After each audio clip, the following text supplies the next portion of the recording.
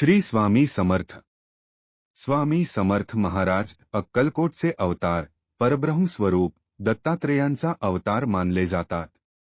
त्यांचा नामजप हा केवळ एक धार्मिक कृती नाही, तर तो एक शक्तिशाली साधनाचा मार्ग आहे।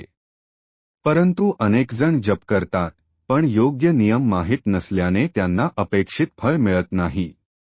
आज आपण जाणून घेणार आहोत स्वामी समर्थ जपाचे खरे व शास्त्रशुद्ध नियम।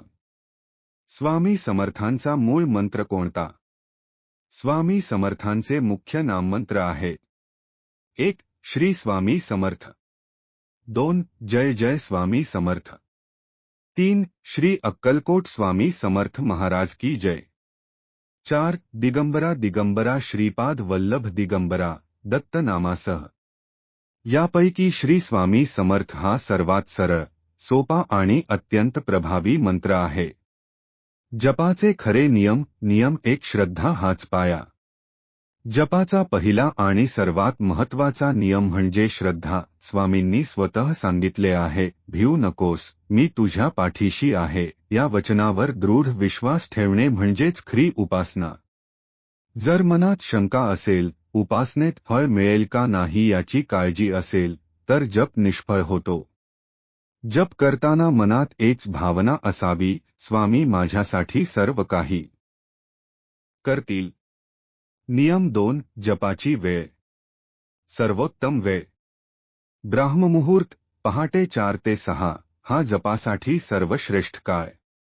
मन शांत असते, वातावरण सात्विक असते। संध्याकाळी सूर्यास्तापूर्वी दुसरी उत्तम वेळ।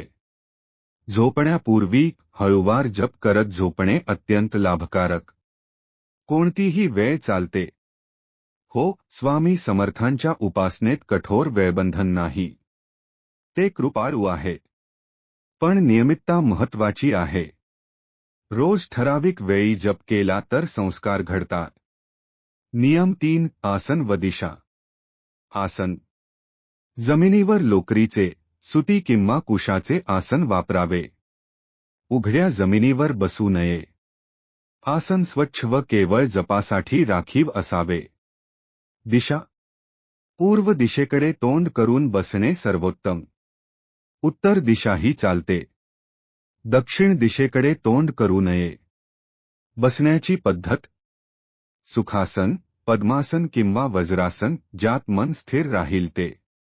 नियम 4. मन स्थिर करणे।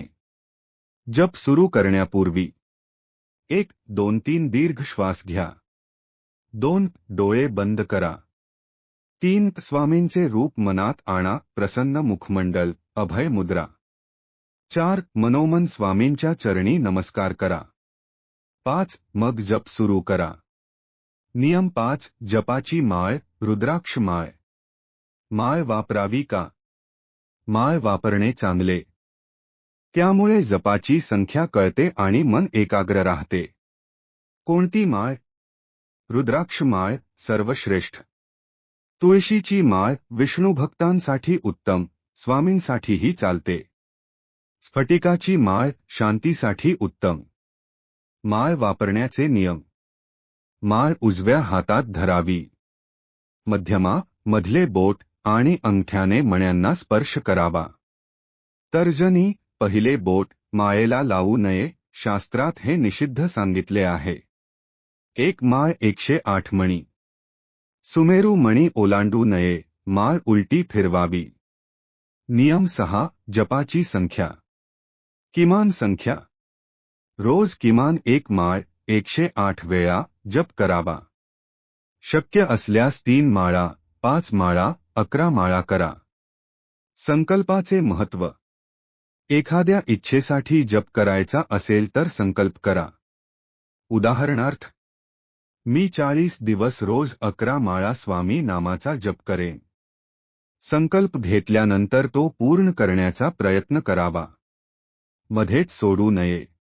स्वामी भक्तांनो, एक गोष्ट कायम लक्षात असू द्या की जप ही फक्त माळ नाही, ती श्रद्धेची शुद्ध साधना आहे।